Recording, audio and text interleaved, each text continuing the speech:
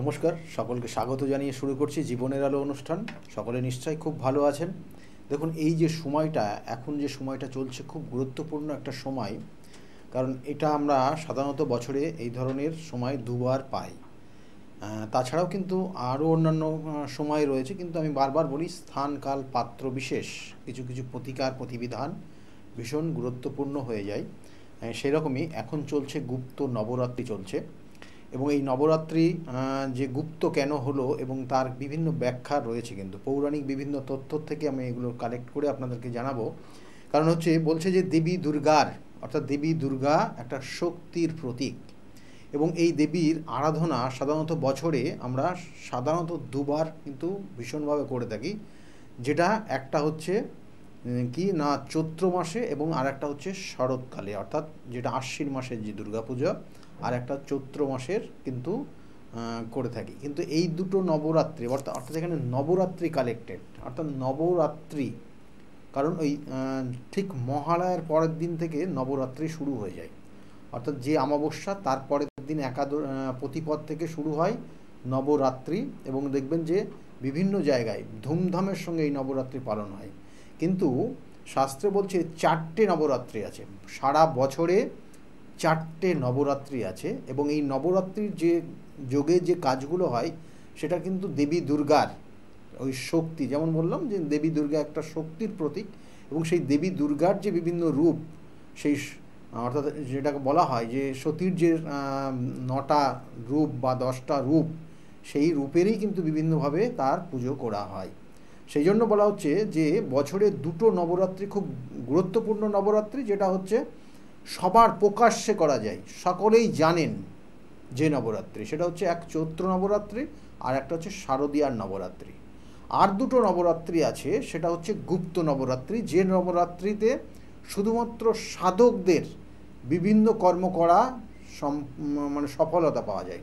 অর্থাৎ সাধকরা যদি সঠিকভাবে নিজেরা তাদের করণক্রিয়া নিজেরা যাদের সঠিকভাবে কর্ম করতে পারে এবং সঠিকভাবে ধ্যান জ্ঞান এর সঙ্গে ওই সময়টা কাটাতে পারে, তাহলে তারা সিদ্ধি লাভ করে বলা হয়, এবং তাদের জীবনের সাকসেস বা একজনকে তার সঠিকভাবে তার ক্রিয়া দেওয়া, সঠিকভাবে তার সাকসেস দেওয়া, সেই কাজগুলো করতে পারে এই নবরাত্রিতে। এবং এটা কেন গুপ্ত নবরাত্রি হয়েছে তার তো বিভিন্ন ব্যাখ্যা রয়েছে। কারণ প্রথমে বলছে যে মাঘ মাস এবং আষাঢ় মাস, এই দুটো হচ্ছে গুপ্ত নবরাত্রি রয়েছে, আর চৈত্র মাস আর শারদীয়ার মাস যেটা আশ্বিন মাসে, সেটা হচ্ছে প্রকাশ্য নবরাত্রি, এবং সেটা খুব জাগ্রত নবরাত্রি, সবাই জানে। আর গুপ্ত নবরাত্রিতে যে কাজটা হয় সেটা একটা জিনিস জানবেন যে এই দুটো নবরাত্রির মধ্যে ডিফারেন্স আছে। পুজো পাঠের ক্ষেত্রেও কিন্তু কিছু নিয়ম রয়েছে, বিধিনিষেধ আছে। কারণ এখানে কেন গুপ্ত নবরাত্রি হলো একটু আলোচনা করে নিই। কারণ বলছে যে শাস্ত্রে যে বিভিন্ন যে ব্যাখ্যাগুলো রয়েছে, বলছে যে এই একবার এক ঋষি শৃঙ্গী, তিনি তার আশ্রমে বসে আছেন, এই মতো অবস্থায় এক মহিলা মানে এক জাতিকা, সে তার বাড়িতে শান্তি নেই, সেই শান্তির উদ্দেশ্যে সেই শৃঙ্গী অর্থাৎ ঋষি শৃঙ্গীর কাছে গিয়ে পৌঁছায়। কিন্তু শৃঙ্গীকে একটা বলে যে আমি কোনোভাবে কোনো করণক্রিয়া করতে পারবো না। অর্থাৎ আপনারা বলেন না ধারণ করা বা আপনার যেটা বাড়িতে একটা নির্দিষ্টভাবে যে ক্রিয়া করা, সেগুলো কিচ্ছু তিনি করতে পারবেন না। কারণ তার পরিবারের অন্যান্য মানুষজন, অর্থাৎ তার স্বামী বলুন, পরিবারের অন্যরা কেউ এটা বিশ্বাস করে না, বা এটা তারা করতে দেবে না, বাধা দেবে। এই মতো অবস্থায় ঋষি শৃঙ্গী, কিন্তু তিনি তো জানেনই, বা সেই মতো যে আমাদের নবরাত্রি 4টে নবরাত্রি, তার মধ্যে দুটো নবরাত্রি রয়েছে, এবং যে মুহূর্তে ওনার কাছে গেছিলেন ওই জাতিকা, তার সংসারের উন্নতি, আয় উন্নতি, এবং তার সঙ্গে সঙ্গে তার শান্তি, বিশেষ করে প্রত্যেক মানুষ চাই শান্তিতে থাকতে। তাহলে সেই শান্তির উদ্দেশ্য নিয়ে তিনি সেই ঋষি শৃঙ্গীর কাছে গেলেন, এবং তাকে বললেন যে আমার এই শর্তগুলো আছে, মানে আপনি যা করতে বলবেন করব, কিন্তু এটা প্রকাশ্যে কিছু করতে পারবো না, বা এইভাবে আমি কিছু করতে গেলেও আমার বাধা দেবে, এবং আমার স্বামী এগুলো কোনোভাবে বিশ্বাস করে না, আমার শ্বশুর বাড়ির কেউ এগুলো বিশ্বাস করে না, তাহলে আমি কিভাবে করব। তখন শৃঙ্গী বলে যে তোমার আস্থা আছে, তোমার বিশ্বাস আছে তো? বলছে হ্যাঁ, অবশ্যই আছে, আমি সেই জন্য আপনার কাছে আপনার শরণাপন্ন হয়েছি, আমাকে কি করতে হবে আপনি বলুন। এবং সেই সময় তার আগ মুহূর্তে অর্থাৎ কিছুদিন পরে তার ছিল এই নবরাত্রির একটা নবরাত্রি, অর্থাৎ আষাঢ় মাস ছিল। এবং আষাঢ় মাসের যে অমাবস্যা, সেই অমাবস্যার পরের দিন থেকে এই নবরাত্রি একটা শুরু হয়, যেটা বলা হয় গুপ্ত নবরাত্রি। এই গুপ্ত নবরাত্রিতে আপনাকে ওই যে ঘট স্থাপন করে নির্দিষ্ট ক্রিয়া সেটা নাও করতে পারেন, কিন্তু আপনি সঠিকভাবে আপনার সেই ধ্যান জ্ঞানের মধ্যে আপনাকে নিজেকে নিয়োজিত রাখতে হবে। এবং অনেকে এই নবরাত্রিটা যেহেতু জানে না, সেই জন্য আপনি ওই সময় যদি আপনি মনে করেন যে ঘট স্থাপন করে আপনি পূজা করবেন, সেটাও করতে পারেন। অর্থাৎ এখানে দুটো অপশানই তিনি দিয়ে দিলেন। অর্থাৎ যেহেতু এটা জানে না, আজকের দিনে তুমি যদি করো তাহলে এটা তুমি তোমার নিজের একটা মনস্কামনার জন্য উদ্দেশ্য, কিন্তু তিনি বললেন যে আমার বাড়িতে কেউ এটা যেহেতু বিশ্বাস করে না বা এই ধরনের কিছু করণক্রিয়া করতে দেবে না। তখন বললেন যে এই নবরাত্রি যেটা হচ্ছে গুপ্ত নবরাত্রি, এবং বছরে এই ধরনের দুটো নবরাত্রি পাওয়া যায়, যেটা হচ্ছে এক আষাঢ় মাস এবং একটা হচ্ছে মাঘ মাস। এবং আগামী আষাঢ় মাসের যে অমাবস্যা রয়েছে তারপর থেকে এই নবরাত্রি শুরু হবে। এবং এই নবরাত্রিতে বিশেষ তাৎপর্য যেটা হয়, যেটা হচ্ছে অন্যান্য নবরাত্রিতে মা দুর্গার 9টা রূপের পুজো করা হয়। অর্থাৎ মা দুর্গার 9টা রূপ কী কী আছে বলছে, মা দুর্গার 9টা রূপ, অর্থাৎ একদম প্রতিপদ থেকে শুরু হয় এবং নবমী তিথি পর্যন্ত। আপনারা জানেন এই সময় অসুরকে বধ করেছিলেন মা দুর্গা, এবং বিভিন্ন রূপ নিয়ে বিভিন্নভাবে বিভিন্ন যুদ্ধে। এবং সেই নবরূপের সেটা হচ্ছে বলছে যে যেটা অন্যান্য নবরাত্রি, যেটা হচ্ছে আশ্বিন নবরাত্রি বলুন বা আপনার চৈত্র নবরাত্রি, সেখানে 9টা রূপের কাজ পুজো হয়। সেটা হচ্ছে শৈলপুত্রী, অর্থাৎ মার একটা রূপ হচ্ছে মাতা শৈলপুত্রী, দ্বিতীয় রূপ হচ্ছে মা ব্রহ্মচারিণী, তৃতীয় রূপ হচ্ছে মা চন্দ্রঘণ্টা, তৃতীয় রূপ এবং চতুর্থ রূপ হচ্ছে কুষ্মান্ডা, মাতা কুষ্মান্ডা। এবং এগুলো বিভিন্ন তার ব্যাখ্যা আমি বিগত দিনে বিভিন্ন এপিসোড করেছি, এবং প্রত্যেকটা এই যে দেবীর রূপের কী ধরনের বর্ণনা আমি দিয়েছি। আপনারা যদি মনে করেন আমার ইউটিউব সার্চ করবেন, সেখানে পেয়ে যাবেন। এবং তার সঙ্গে সঙ্গে বলছে যে পঞ্চম যে রূপ মায়ের, সেটা হচ্ছে মাতা স্কন্ধমাতা। এই যে স্কন্ধমাতা কিন্তু ছিলেন কিন্তু এখানে বলবো কার্তিকের মাতা, অর্থাৎ এই যে স্কন্ধ রূপ অর্থাৎ স্কন্ধমাতা। এবং তার সঙ্গে সঙ্গে হচ্ছে কাত্যায়নী, অর্থাৎ কাত্যায়নী রূপ, কাত্যায়নী ঋষি ছিলেন। এগুলো তো বিভিন্ন বর্ণনা দিয়েছি, আর বলছি না। মাতা কাত্যায়নী ষষ্ঠ রূপ, সপ্তম রূপ হচ্ছে কালরাত্রি, ভয়ঙ্কর একটা রূপ। এবং এই ভয়ঙ্কর রূপ সেই সময় যে যুদ্ধ হয়েছিল। এবং তার সঙ্গে সঙ্গে হচ্ছে অষ্টম রূপ হচ্ছে মহাগৌরী রূপ, মহাগৌরী। এবং নবম যে রূপ হচ্ছে সিদ্ধিদাত্রী। তাহলে এই 9টা রূপের বর্ণনা দেওয়া, এবং এই 9টা রূপের পুজো হয়, যেটা হচ্ছে আশ্বিন এবং চৈত্র যে নবরাত্রি হয়। কিন্তু গুপ্ত নবরাত্রিতে কিসের, কোন দেবীর পুজো হয়, কোন মায়ের কোন রূপের পুজো হয়, এটাও দুর্গা মায়েরই পুজো হয়। যেটা সতী যখন অর্থাৎ সতীর সঙ্গে যখন মহাদেব অর্থাৎ শিবের বিবাহ হয়েছিল, সেই বিবাহের সময় কিন্তু অ্যাকচুয়ালি কিন্তু অনুমতি ছিল না সতীর পিতা, অর্থাৎ সতীর যে পিতা ছিলেন তিনি কিন্তু এই বিবাহে রাজি হননি, এবং তিনি তার নাম ছিল দক্ষ। তাহলে এই দক্ষ উনি মহিষী দক্ষ, তিনি কিন্তু ব্রহ্মার মানসপুত্র ছিলেন, এবং তার মধ্যে তার অহংকার জেদ এগুলো তো ছিলই। এবং এই যে অহংকার জেদ এবং তার সঙ্গে সঙ্গে সকলকে যাতে দমন করে রাখতে পারে, এই প্রবণতা তার মধ্যে ছিল। কিন্তু স্বয়ং মহাদেব শিব অর্থাৎ তিনি হতে পার্বতীর কিন্তু স্বামী বা সতীর স্বামী হলেন যখন, তখন কিন্তু সেটা কোনোভাবে দক্ষ মেনে নিতে পারেননি। মহর্ষি দক্ষ তখন তিনি একটা কারণবশত একটা সমস্যা এক সময় হয়েছিল, এবং সেই সমস্যার পরিপ্রেক্ষিতে তিনি একটা যজ্ঞের আয়োজন করেছিলেন তার নিজ গৃহে। এবং সেই যজ্ঞে কিন্তু ওই শিব এবং পার্বতী বা শিব বা সতীকে কোনো নেমন্তন্ন করেনি, সমস্ত দেবকুলকে নেমন্তন্ন করেছিল, সমস্ত সেখানে কিন্তু সকলেই উপস্থিত হয়েছিল। কিন্তু এটা পার্বতী মনে করেছিল তার একটা অপমান করা, এবং তার স্বামীকে অপমান করা, এবং তাকে অপমান বোধ তার মধ্যে তৈরি হয়েছিল। এবং তার কারণে তার মধ্যে একটা জেদ হয়েছিল যে আমি যাব আমার পিতার কাছে, এবং সেই নির্দিষ্ট স্থানে গিয়ে দেখব যে কে কে উপস্থিত হয়েছে এবং কেন আমার স্বামীকে এবং আমাকে সেখানে নিমন্ত্রণ করা হয়নি। তখন কারণ স্বয়ং শিব তিনি তো ভূত ভবিষ্যৎ সবটা জানেন, তা সেই জন্য তিনি কিন্তু বারংবার তাকে নিষেধ করে, যাওয়ার অনুমতি দিতে চাইছিল না। এবং সেই মুহূর্তে জেদ ধরে সতী কিন্তু যাওয়ার জন্য সে ভীষণভাবে রাগান্বিত হয় এবং তখন তার থেকে 10টা রূপের আবির্ভাব হয় এবং এই 10টা রূপ শিবকে চারিদিক দিকে ঘিরে ফেলে এবং শিবকে ভয় দেখাতে থাকে যে যেভাবেই হোক আমাকে অনুমতি দিতেই হবে। এবং এই যে 10টা রূপ ছিল এই 10 মহাবিদ্যার 10টা রূপ, এবং তারপরে শিব কিন্তু অনুমতি দিতে বাধ্য হয় এবং যাওয়ার পরে তো যে দুর্ঘটনা ঘটে আপনারা সাধারণত জানেন এবং আমিও এগুলো অনেক এপিসোডে আলোচনা করেছি। তো যাই হোক, এই যে 10টা রূপ, এই 10টা রূপ বা এই 10 রূপেরই কিন্তু পুজো হয় এই কিন্তু গুপ্ত নবরাত্রিতে।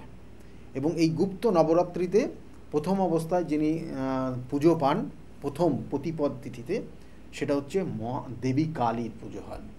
এবং এই দেবী কালী কিন্তু অ্যাকচুয়ালি শনি গ্রহ, আমাদের জ্যোতিষশাস্ত্রের যে 9টা গ্রহ রয়েছে সেই 9টা গ্রহ এবং লগ্নকে নিয়ে 10টা, তাহলে এই লগ্নকে নিয়ে 10টা এবং তার সঙ্গে সঙ্গে 9টা কিন্তু গ্রহের সবগুলো দেবদেবী এখানে অবস্থান করছে।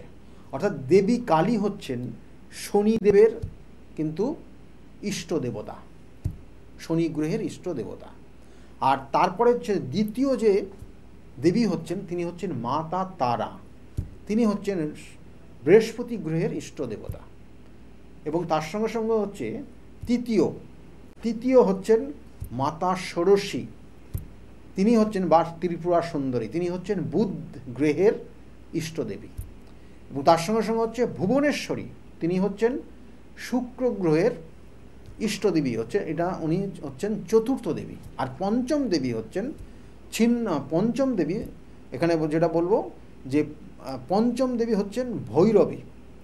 আচ্ছা, পঞ্চম ভৈরবী এখানে একটা কানেকশান যেটা বলা হচ্ছে পঞ্চম ভৈরবী মানে এখানে লগ্নের, এখানে আরও অন্যান্য কানেকশান আমাদের আজ্ঞাচক্র থেকে আরম্ভ করে সব কিছু কানেক্টেড করে এই মাতা ভৈরবীর। তাই এই ভৈরবীর যে রূপ সেটা হচ্ছে পঞ্চম রূপ। আর ষষ্ঠ রূপ হচ্ছে ছিন্নমস্তা হচ্ছে রাহু গ্রহের ইষ্টদেবী। আর কেতু গ্রহের ইষ্টদেবী হচ্ছেন ধূমাবতী। এবং এরকম করে পরপর, অর্থাৎ ষষ্ঠ যে দেবী হচ্ছেন সেটা হচ্ছে ছিন্নমস্তা, আর সপ্তম দেবী হচ্ছেন ধূমাবতী, আর অষ্টম দেবী হচ্ছেন কিন্তু সেটা হচ্ছে মাতা বগলা। এই মাতা বগলা যেটা শত্রু দমনের ক্ষেত্রে ভীষণ প্রয়োজন। আর তার সঙ্গে সঙ্গে হচ্ছে ষষ্ঠ দেবী হচ্ছেন সেখানে হচ্ছে ধূমাবতী, তিনি হচ্ছেন আপনার গুপ্ত শত্রুতা দমনের ক্ষেত্রে কিন্তু ভীষণ প্রয়োজন। এবং এনারা হচ্ছেন একজন হচ্ছে কেতুর ইষ্টদেবী আর একজন হচ্ছে রাহুর ইষ্টদেবী। যেমন রাহুর ইষ্টদেবী বললাম যে ছিন্নমস্তা, কেতুর ইষ্টদেবী হচ্ছেন ধূমাবতী, আর মঙ্গল গ্রহের ইষ্টদেবী হচ্ছেন সেটা হচ্ছে মাতা বগলা। আর তারপরে হচ্ছে সূর্য অর্থাৎ আমাদের রবি গ্রহ, যার ইষ্টদেবী হচ্ছেন মাতঙ্গিনী, আর কমলা হচ্ছে মাতা চন্দ্রের ইষ্টদেবী। তাহলে এই 10টা রূপের কিন্তু এই নির্দিষ্ট তিথিতে, যেটা হচ্ছে গুপ্ত নবরাত্রি, যেটা চলছে এবং আগামী 16 তারিখ পর্যন্ত, অর্থাৎ এই জুলাই মাসের 16 তারিখ পর্যন্ত এই নবরাত্রি কিন্তু চলবে এবং দশমী তিথি পর্যন্ত এই পুজো পাঠ হবে। এবং দশমী তিথি পর্যন্ত খুব গুরুত্বপূর্ণ, সেই জন্য দেখবেন যে নির্দিষ্ট তিথি, যেটা অষ্টমী তিথিতে সেটা মাতা বগলার পুজো হবে, সপ্তমী তিথিতে মাতা ধূমাবতীর পুজো হবে। এবং এই যে তিথি অনুযায়ী যে পুজো হচ্ছে, এখানে সাধকরা কিন্তু অনেক কিছু এই সময়ে করতে পারে, তাদের জন্য এটা খুব গুরুত্বপূর্ণ সময়। এবং যে সকল ব্যক্তিরা ভীষণ দুর্বিষহ জায়গায় পড়ে আছেন, শত্রু দমনের ক্ষেত্রে ভীষণ কার্যকরী। যেমন আগামী যে তিথিগুলো পড়ছে, শনিবার মঙ্গলবার খুব গুরুত্বপূর্ণ। যেমন শনিবারে, আগামী যে শনিবার যে এই 13 তারিখের, সেটা হচ্ছে প্রথমে ধূমাবতীর পুজো হচ্ছে, তারপরে হচ্ছে বগলার পুজো হচ্ছে। অর্থাৎ ধূমাবতী যে সপ্তমী তিথি পর্যন্ত চলবে, তারপরে অষ্টমী তিথিতে মাতা বগলার পুজো। তাহলে এই তিথিগুলো খুব গুরুত্বপূর্ণ। তারপরের তিথিগুলো খুব গুরুত্বপূর্ণ রয়েছে। এই তিথিতে বলা হচ্ছে কোনো ধারণ করলে জিনিস, বা আপনার ক্ষেত্রে দেখা গেলো যেগুলো ধারণ করা আছে সেইগুলো যদি আপনি শোধন করে আবার নতুন করে ধারণ করেন, তার জীবনী শক্তি অনেক গুণ বেড়ে যায়, তার গুণাগুণ অনেক গুণ বেড়ে যায়। সেই জন্য আপনাদের উদ্দেশ্যে বলবো, যাদের কোনো জিনিস ধারণ করা আছে, যে কোনো কিছু, তাহলে সেটা যদি আপনি আগামী দিন কাঁচা দুধ এবং গঙ্গার জল মিশ্রণ করে সেটাকে আপনি শোধন করে সঠিকভাবে সেটা যদি ধারণ করতে পারেন এই নির্দিষ্ট তিথির মধ্যে, তাহলে সেটা কিন্তু ভীষণ ভীষণ কার্যকরী ক্ষমতা আপনার ক্ষেত্রে দখল করবে। আর এই জন্যই, কারণ এই যে আমরা বললাম 9টা গ্রহের নির্দিষ্ট দেবী রয়েছেন এবং এই 9টা গ্রহের দেবদেবীদের পুজো কিন্তু এই গুপ্ত নবরাত্রিতে চলছে। এবং এই জন্যই বলা হয় যে এই গুপ্ত নবরাত্রিতে অনেক কিছু সমস্যার নিবারণ করা যায়। দেখা গেলো কেউ শত্রুতা করে আপনাকে ক্ষতি করে রেখেছে, কেউ আপনাকে শত্রুতা করে এমন কিছু ক্ষতি করে রেখেছে যেটা আপনি জীবনে সাকসেস পাচ্ছেন না, বারংবার আপনার বাধা তৈরি হচ্ছে এবং ওই বাধায় আপনি আস্তে আস্তে আপনার মধ্যে ডিপ্রেশন তৈরি হয়ে গেছে। আপনার ডিপ্রেশন এমন একটা জায়গা, আপনি মাঝে মাঝে আপনার মনে হচ্ছে যেন সুইসাইড করবেন। তাহলে এইরকম টেন্ডেন্সি আপনার মধ্যে কাজ করছে। খুব কাছের মানুষগুলো আপনার প্রতি ভুল বুঝছে, আপনার শারীরিক সমস্যা বিভিন্নভাবে খারাপ হচ্ছে। অনেক সময় সিমটমগুলো দেখবেন, আপনার হেয়ার ফল হচ্ছে, আপনার বডি ওয়েট কমে যাচ্ছে। কোনো কোনো সময় আপনি দেখবেন ঘুম থেকে সকালবেলা ওঠার ক্ষেত্রে অনেক ধরনের সমস্যা তৈরি হচ্ছে। তাহলে এগুলো জানবেন যে আপনার উপর কেউ ক্ষতি করে রেখে দিয়েছে। সেইগুলোর প্রতিকার প্রতিবিধানের একটা নির্দিষ্ট তিথি আমি বললাম, অমাবস্যা সেগুলো তো রয়েছে, কিন্তু এইটা একটা তিথি যে তিথি খুব কার্যকরী তিথি। আবার কোনো কোনো সময় দেখবেন যে আপনার ওপর এমন কিছু করণ ক্রিয়া করে রেখেছে শত্রুতা করে, যার কারণে হয়তো আপনার ক্ষেত্রে, আপনার সন্তানের ক্ষেত্রে বলুন বা আপনার ক্ষেত্রেই বলুন, তার বিবাহের ক্ষেত্রে বাধা তৈরি হচ্ছে, সন্তান আসছে না, এরকম কিছু সমস্যাও তৈরি হচ্ছে। তাহলে সেগুলো কিন্তু কার্যকরী নির্দিষ্ট সময় এই নির্দিষ্ট তিথি। আর কোনো কোনো ক্ষেত্রে কোনো কোনো জাতক জাতিকা দেখবেন যে জীবনে সাকসেস পাওয়ার জন্য তার পরিশ্রমটাই বৃথা মনে হচ্ছে, কিন্তু তার মধ্যে একটা ডিপ্রেশন কাজ করছে, যেটা বিগত দিনে সে হয়তো খুব ভালো পড়াশোনা করেছে, তার এডুকেশন সেক্টরটা খুব ভালো ছিল, কিন্তু বাস্তবে সেই এডুকেশন সেক্টর বা সেই এডুকেশনটাকে দিয়ে সে কোনো কাজে লাগাতে পারছে না। তার মধ্যে একটা দ্বিধাদ্বন্দ্ব কাজ করছে, যে কর্মটা পাচ্ছে তার এডুকেশনের সঙ্গে সেটা অ্যাডজাস্ট হচ্ছে না, এবং তার কারণে তার মধ্যে একটা ক্ষোভ, তার মধ্যে একটা ডিপ্রেশন কাজ করছে, এবং যেই ডিপ্রেশন এবং সেই ক্ষোভের সেই রাগের জায়গাটা বাড়ির মেম্বারদের ওপর চলে আসছে। এবং এই জন্য বারবার বলি যে নির্দিষ্ট তিথি নক্ষত্র দেখে সঠিকভাবে কাজ করতে হবে। এবং এই নির্দিষ্ট তিথিতে বিশেষ করে সপ্তমী তিথি খুব গুরুত্বপূর্ণ, অষ্টমী তিথি গুরুত্বপূর্ণ, অর্থাৎ অষ্টমী সপ্তমী, কারণ আপনারা জানেন সপ্তমীর যে তিথি হয়েছিল সেটা কিন্তু এই ক্ষেত্রে গুরুত্বপূর্ণ। সেটা হচ্ছে যেটা আমরা নবরাত্রি, সাধারণত যে নবরাত্রি আমরা দেখি সেখানে সেই সপ্তমী তিথিতে যে পুজো হয় সেটা হচ্ছে কালরাত্রির পুজো হয়। আর এইখানে কিন্তু সপ্তমী তিথিতে সেটা কিন্তু ধূমাবতীর পুজো হবে, এবং সপ্তমী তিথি ছেড়ে গেলে তারপরে বগলামায়ের পুজো হবে। তাহলে সেই জায়গাগুলো রয়েছে, সেইগুলোর প্রতিকার প্রতিবিধান আমি বারবার বলি, একটা মানুষের জীবনে বিভিন্ন ধরনের সমস্যা আসতে পারে।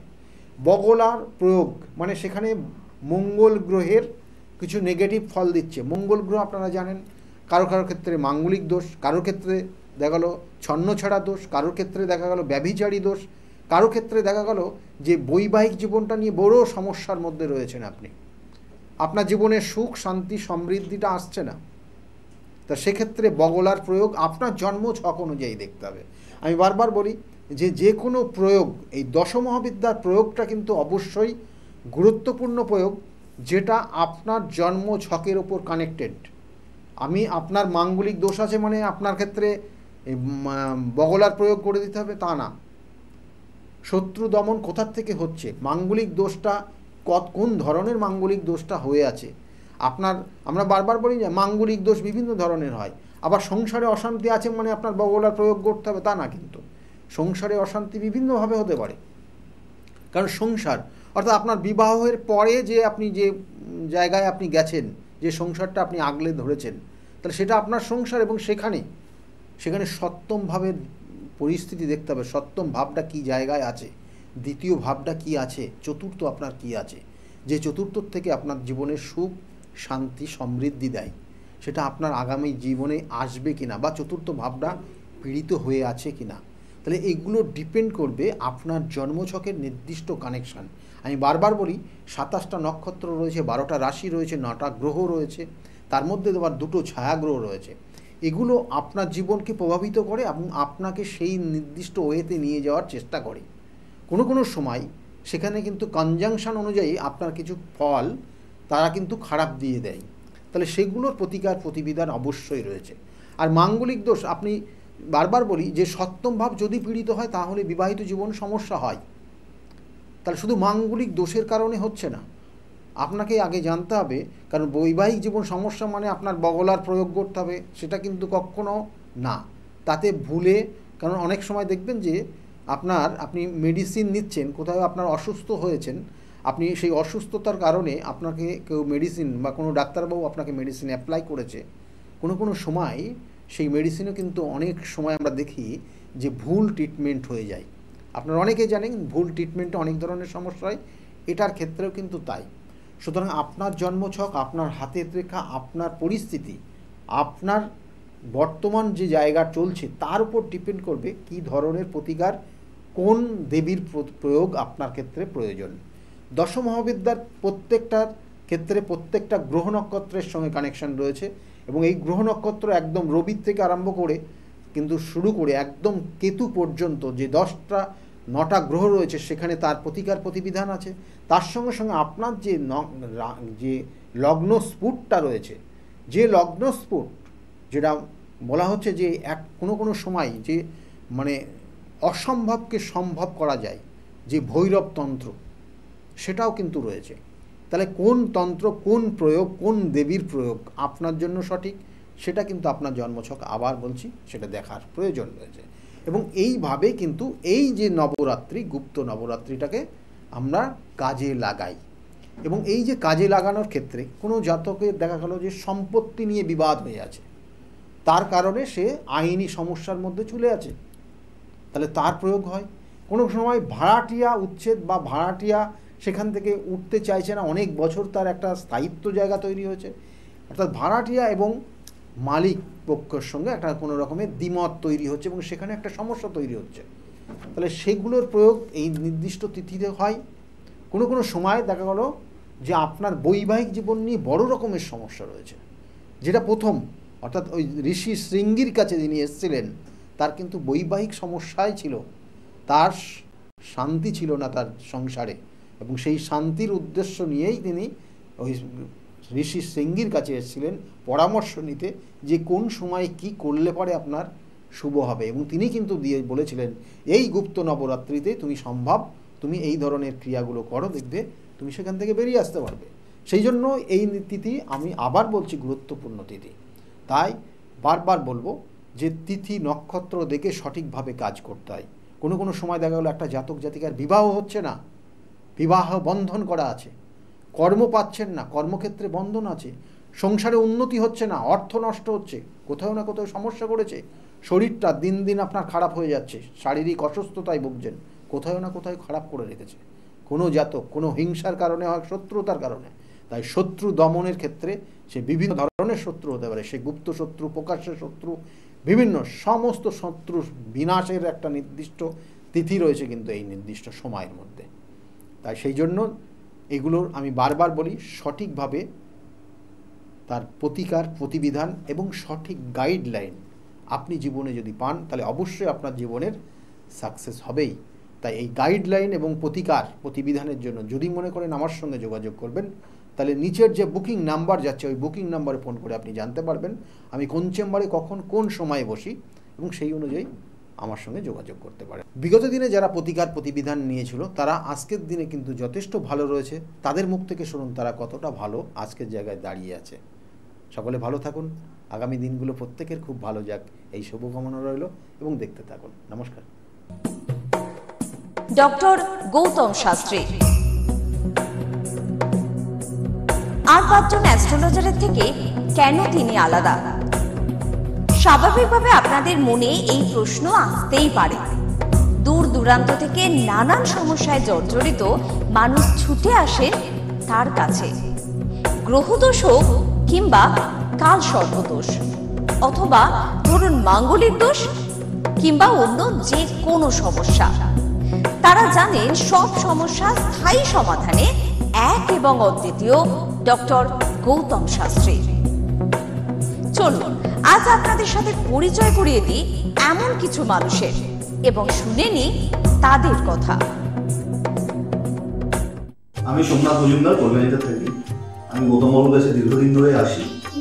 ওনার ব্যবহার, ওনার কার্যকলাপ আমার জীবনের জন্য যথেষ্ট প্রভাব বিস্তার করেছে। বিশ্বাস করি, ভরসা করি এবং ভবিষ্যতে ওনার মত অনুযায়ী চলতে পারবো বলে। আপনার নাম? আমার নাম ছায়া গুপ্তা। কোথা থেকে আসেন? আমি ভদ্রেশ্বর থেকে এসেছি। এখানে এসে কোনো উপকার পেয়েছেন? প্রচুর উপকার পেয়েছি। আমার যে কোনো সমস্যা ছিল, সমস্যার সমাধান হয়েছে এবং আমি ছাড়া আদার্স অন্য কারোকে নিয়ে এসেছি, তারাও উপকার পেয়েছেন বা পাচ্ছেন। আগামীকালও যারা আসবেন তারা উপকার পাবেন। আপনাদেরকে অনুরোধ করছি, যার যে কোনো সমস্যা আছে এসে গৌতম শাস্ত্রীর সঙ্গে যোগাযোগ করুন। আপনার নাম? আমার নাম সুচিত্রা দাস। আমি পায়রাডাঙ্গা থেকে এসেছি। এখানে কিভাবে এলেন? এখানে একজন আমাকে খবর দিয়েছিল, আমার সঙ্গে চেনা পরিচিত, সে এসেছিলেন। তা আমাকে বললো যাও, ইনি এখানে গেলে কাজ হবে। তার সূত্র ধরেই আসা এখানে। উপকার পেয়েছেন? হ্যাঁ, আমি এসেছি আমার দুই ছেলের জন্য, আমার নিজের জন্য। আছি, ভালো আছি। তার মানে আপনি যার রেফারেন্সে এসেছেন তিনি প্লাস আপনি, আপনারা সবাই উপকৃত হয়েছেন, তাই তো? হ্যাঁ, উপকৃত আছি। আপনার নাম? কোথা থেকে এসেছেন? শিবানী কর্মকার। আমি এই দমদম অঞ্চল থেকে এসেছি, মানে বাঙুর থেকে এসেছি। এখানে কিভাবে জানতে পারলেন? আমি ফেসবুকের মাধ্যমে জানতে পেরেছি ডক্টর গৌতম শাস্ত্রীর কথা। উনি হাতিবাগানেও বসেন, সেখানেই আমি গিয়ে যোগাযোগ করেছি আর কি। যোগাযোগ করার পর আমি ওনার বাড়ি কাঁচরাপাড়ায় এসেছি ওই রটন্তী কালী পুজোর উপলক্ষে পুজো পাঠে যোগদান করার জন্য। আমার এসে বেশ ভালো লেগেছে। ওনার এখানে সবাই কি বলবো, ভক্তি সহকারে মানে নিজের ওনার উনি যা বলেন মোটামুটি ভালোই উপকার হয় মানুষের। শুনেই আমি এসেছি। আমিও প্রথম এলাম, এসে দেখছি চারিদিকে জনসমুদ্র থেকে খুব ভালো লাগছে। আশা করি আমি যে উদ্দেশ্য নিয়ে এসেছি সেটা নিশ্চয়ই কার্যকরী হবে, এই আশা রাখি আর কি ডক্টর গৌতম শাস্ত্রীর কাছে। নমস্কার, আমি শর্মিষ্ঠা। আমি দীর্ঘ 5 বছর ধরে গৌতমদার কাছে আসি। আমি যখন প্রথম এখানে এসেছিলাম, আমার ব্যবসায় প্রচণ্ডভাবে ক্ষতি হয়েছিল, কোনো উন্নতি ছিল না, নেগেটিভিটি আর ডিপ্রেশন আমাকে ঘিরে ধরেছিল। তো এক আত্মীয়র কথা শুনে আমি এখানে আসি। আসার পর দাদা আমাকে যে অ্যাডভাইসগুলো করেছিল এবং যে উনি ক্রিয়াগুলো আমায় করতে বলেছিল, সেগুলো আমি করার পর খুব উপকার পাই। ফলে আজ থেকে 5 বছর আগে যে পরিণামটা ছিল ব্যবসার লস, সেই লস থেকে আমি প্রচণ্ড ভালোভাবে রিকভারি শুরু করিনি, আমি সাকসেস পেয়েছি। এরকম অনেক সময় হয়েছে যে দাদা আমাকে বলেছিল যে এগুলো করলে ভালো হবে না বা এটা করো না, আমি না শুনে নিজের মতন করে করেছিলাম। ফলে সেখানেও আমার ক্ষতি হয়েছিল। এই ক্ষতি হওয়ার পর থেকে উনি যখনই আমাকে যা বলে আমি সেইগুলোই আমি শুনে চলি এবং প্রত্যেকটা পদে পদে তার প্রমাণ মেলে সাকসেসের মাধ্যমে। আমার সাকসেস হওয়ার পর আমি আমার বন্ধুদেরও এখানে রেফার করেছি, যাদের পার্সোনাল এবং প্রফেশনাল লাইফে যে সমস্ত প্রবলেম ছিল তারা সেগুলোর থেকে রিকভার করে বেরিয়ে এসছে, খুব উন্নতি লাভ করেছে। এই সমস্ত ঘটনা আমাদের এবং আমার বন্ধু বান্ধবের জীবনে এতটাই একটা পজিটিভ সাইন এনেছে, আমি এবং আমার বন্ধু এবং আমার আত্মীয়রা সবাই আমরা ডক্টর গৌতম শাস্ত্রীর কাছে আমরা সবাই উপকৃত লাভ করি এবং আমরা ডক্টর গৌতম শাস্ত্রীর কাছে অসংখ্য ধন্যবাদ জানাই, উনি আমাদের এত সুন্দরভাবে অ্যাডভাইস করে থাকেন বলে। আমি কস্তুরী সরকার, আমি কাঁচরাপাড়া থেকে আসছি। আমাকে মা ক্লাস 12-এ ডক্টর গৌতম শাস্ত্রীর কাছে নিয়ে আসে। তো সেখানে আসার পর আমাকে ডক্টর গৌতম শাস্ত্রী কিছু রেমেডি দেন, তো আমার খুব সাহায্য হয় তাতে। তারপর আমার পড়াশোনা কমপ্লিট করার পর কাকু বলেন যে আমাকে গ্র্যাজুয়েশন আর ITI করার জন্য। তো সেখানে করে আমি ভালো ফল পেয়েছি। তারপর আমার চাকরি লাইনে আসা, তো ডক্টর গৌতম শাস্ত্রী বলেন যে আমি এই মাসের মধ্যে একটা ভালো চাকরি পাবো। তো সেটা 1 মাসের আগেই আমি পেয়ে গেছি। তো আজকে সেটাই জানাতে এসেছি কাকুকে যে আমি চাকরি পেয়েছি। তো আপনারাও যদি আসতে চান, ভালো ফল পেতে চান, কাকুর সাহায্য পেতে চান, তো আপনারাও আসুন। আশা করি আপনারাও ভালো ফল পাবেন এবং সাহায্য পাবেন। নমস্কার, আমি জয়িতা গুহু। আমি গত এপ্রিল মাস থেকে খুব সমস্যায় পড়েছিলাম। আমার কাজের দিক থেকে সমস্যা ছিল, বসের সাথে এবং পারিপার্শ্বিক আমার যে কলিগরা ছিল তাদের সাথে খুবই সমস্যা জড়িত হয়েছিলাম। তো তারপরে সেই কাজটা আমি আর অবশেষে টিকিয়ে রাখতে পারিনি, সেটা আমাকে বাধ্য হয়েছিলাম আমি সেটা ছেড়ে দিতে। তারপরে একটা খুব আর্থিক দিক থেকে খুব ভেঙে পড়েছিলাম। তো সেই সমস্যায় জর্জরিত হয়ে বুঝতে পারছিলাম না কি করব। তো হঠাৎ একদিন টিভিতে প্রোগ্রাম দেখি ডক্টর গৌতম শাস্ত্রী, ওনার কথাবার্তা, ওনার যে উপাচারগুলো রয়েছে যেগুলো উনি বলেন প্রতিকার, সেগুলো শুনে আমার খুব ভালো লেগেছিল। তো ওনার সাথে এসে দেখা করি, আমার সমস্ত কথাবার্তা ওনার সাথে শেয়ার করি, প্রবলেমগুলো। তারপর উনি আমাকে দেখে আমাকে কিছু বলেন আমার ব্যাপারে, তো সেগুলো একদম হুবহু মিলে যায়। তো তারপরে উনি আমাকে রেমেডি সাজেস্ট করেন, তো আমি সেই রেমেডিটা নিই, আমি ধারণ করেছি। তো ধারণ করার পর আমি আস্তে আস্তে নিজের মধ্যে একটা চেঞ্জ দেখতে থাকি। তো এবং আমি গত আগস্টের 27 তারিখে একটা জব পেয়েছি যেটা আমার মনের মতো। এখানে আমার ডেজিগনেশন, আমার স্যালারি, আমার মনের মতো লোকেশন আমি এখানে পেয়েছি, মানে এটাতে আমি বিশেষভাবে আপ্লুত। তো সের জন্য অসংখ্য ধন্যবাদ ডক্টর গৌতম শাস্ত্রীকে। আমি প্রসেনজিৎ দাস, আমার বাড়ি কাস্তাপাড়া। আমি ডক্টর গৌতম শাস্ত্রীর দেখেছিলাম টিভিতে, ওখান থেকে দাদার ফোন নাম্বার নিয়ে দাদা বাড়িতে আমি আসি, এসে দাদাকে আমার সমস্যার সমাধান বলি। আমার একটা সমস্যা, প্রচুর বড় সমস্যা ছিল, সেটা হচ্ছে আমাদের বাড়ি ঘরের সমস্যা ছিল, অনেক বছর ধরে সমস্যা ছিল, সেটা দাদা ঠিক করে দিয়েছে। এখন সেটা আমি বাড়ি করতেও চলেছি। তার সাথে সাথে আমার ব্যবসা বাণিজ্য কিছুই করতাম না, একটা নর্মাল কাজ করতাম। কাজ করার পর আমি এখন ব্যবসা বাণিজ্য উন্নতি হয়েছে, প্লাস দাদা যে প্রতিকারগুলো দিয়েছে সেগুলোকে আমরা এক্সপেক্ট করেছি। দাদার সাথে খুব ভালো ব্যবহার হয়েছে। এখন আপনারাও আসুন, এসে দাদাকে সমস্যা সমাধানের কথা বলুন, দাদা অবশ্যই আপনার সমাধান করে দেবে। ডক্টর গৌতম শাস্ত্রীর চেম্বারে আপনি কতদিন আসছেন? আমি প্রায় 2.5-3 বছর ধরেই এখানে মানে রেগুলারলি আসছি। মোটামুটি আমার যখনই অসুবিধা হচ্ছে আমি তখনই চলে আসছি। আপনি কোন চেম্বারে দেখিয়েছেন? আমি এখানকার কাঁচরাপাড়া চেম্বারে। কাঁচরাপাড়া চেম্বারে দেখিয়েছেন, মানে আপনি যে সমস্যাটা নিয়ে এসেছেন ওটা কি আপনার কিওর হয়েছে? হ্যাঁ, আমি প্রথমে যে সমস্যাটা, পড়াশোনার সমস্যা নিয়ে প্রবলেমে পড়ে ওনার কাছে এসেছিলাম, তা মোটামুটি আমার যত দিন যাচ্ছে ইমপ্রুভ হচ্ছে আস্তে আস্তে। না, আপনার কাজ হয়েছে বলতে চাইছেন, তাই তো? Thank you. আমার নাম অয়ন দাস, আমি শ্রীরামপুর থেকে আসছি। আমি বেসিক্যালি এখানে এসেছিলাম গত 1 বছর আগে আমার পড়াশোনা এবং কাজবাজের জন্য। এর আগে আমি অনেক জায়গায় গিয়েছিলাম, অনেক অ্যাস্ট্রোলজার দেখিয়েছিলাম, কিন্তু সেখানে আমি সমস্যার সমাধান পাইনি। তো ওনার প্রোগ্রাম টিভিতে চলে, আমি সেখানে দেখেছিলাম, দেখে এবার বিভিন্ন ওনার সাথে যোগাযোগ করি। যোগাযোগ করার পর ওনার চেম্বারে আসে, ওনাকে সমস্তটা বলি। তো বলার পর আস্তে আস্তে অনেকটা আমি উপকৃত হয়েছি। কিছুটা আমার যেমন অবস্থাটা খারাপ হয়ে গেছিলো যতটা, তার থেকে অনেকটাই বেটার আছি। আশা করব ভবিষ্যতে এর থেকেও ভালো ফল পাবো। আমি আপনাদের অনুরোধ করবো আপনারাও এসে দেখতে পারেন, যাদের অনেক সমস্যা চলছে এখানে এসে একবার কন্ট্যাক্ট করুন। ওনার শো চলতে থাকে টিভিতে, ওখান থেকে যোগাযোগ করতে পারেন ওনার সাথে, অবশ্যই আপনারা ফলাফল পাবেন। Hi everyone, I'm Simranpreet Kaur. I'm an actress. 2018-এ তার আগে আমার খুব খারাপ সময় যাচ্ছিল। আমার স্টাডি লাইফ, আমার career life, really it's very bad in that situation, that time. But যখন আমি 2028-এর মাঝামাঝিতে আমার মম আমাকে ডক্টর গৌতম শাস্ত্রীর কাছে নিয়ে আসে। আঙ্কেলের সাথে যখন আমি কথা বলি, আঙ্কেল যখন আমার প্রবলেমগুলো শোনে, যেরকম করে গাইড করে তেমনি আমি চলি। তারপরে ধীরে ধীরে আমার প্রবলেমগুলো ম্যাক্সিমাম 90%, জাস্ট আমি বিলিভ করতে পারিনি যেটা সত্যি হবে। রেজাল্টটা খুবই ভালো ছিল, আর এরকম রেজাল্ট হবে আমি জানতাম না। এখন আমি একটা ভালো আমার ক্যারিয়ার চলছে। আমার স্টাডি লাইফের মধ্যে অনেক প্রবলেম ছিল, অনেক প্রবলেমস। আমার ফ্যামিলি লাইফেও খুব প্রবলেম ছিল, সব প্রবলেম মানে গায়েব হয়ে গেছে। আগে যেরকম ডিপ্রেশনে ছিলাম, খুব ডিপ্রেশনে থাকতাম, খুব মানে একটা খারাপ একটা সিচুয়েশন ছিল। বাট এখন 3-4 মাসের মধ্যে মানে জাস্ট তখন আমি ভাবতে পারিনি। তারপরে আমি তো প্রথম যখন আসি তখন আমি একদম বিলিভ করি না যে এগুলো কি হয় বা কিছু। আমি মাকে বলি হ্যাঁ দেখাবো না, এই ওই অনেক কিছু বলি।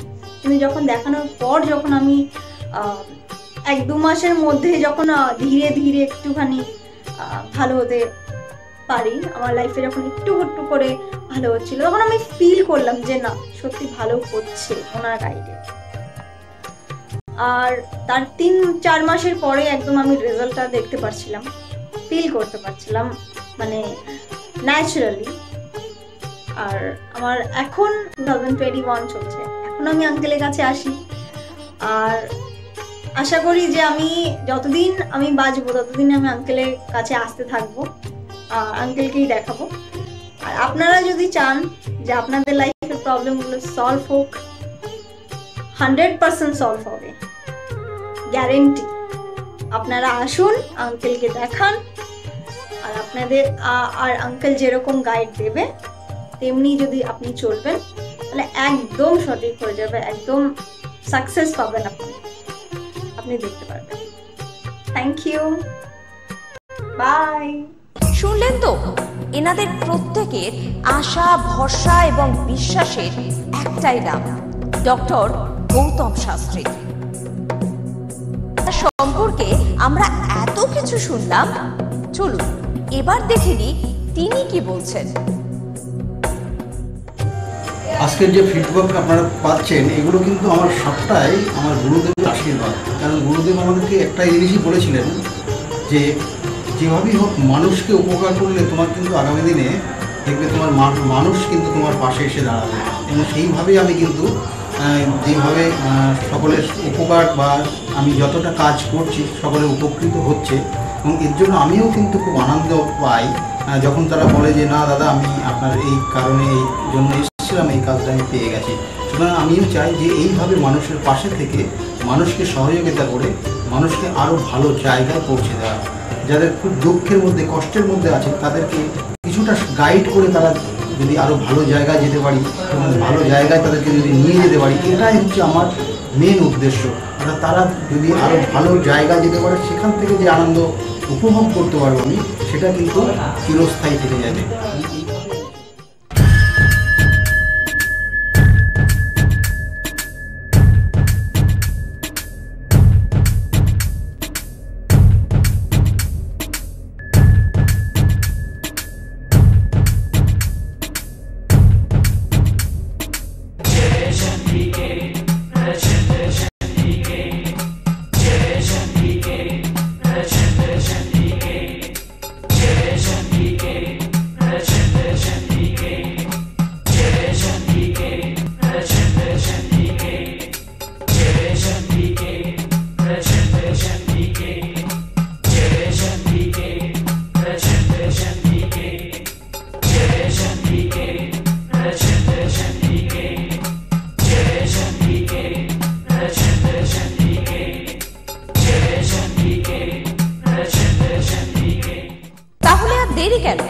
চটপট ফোন করুন 9836410969 অথবা 8335805241 এই নাম্বারে।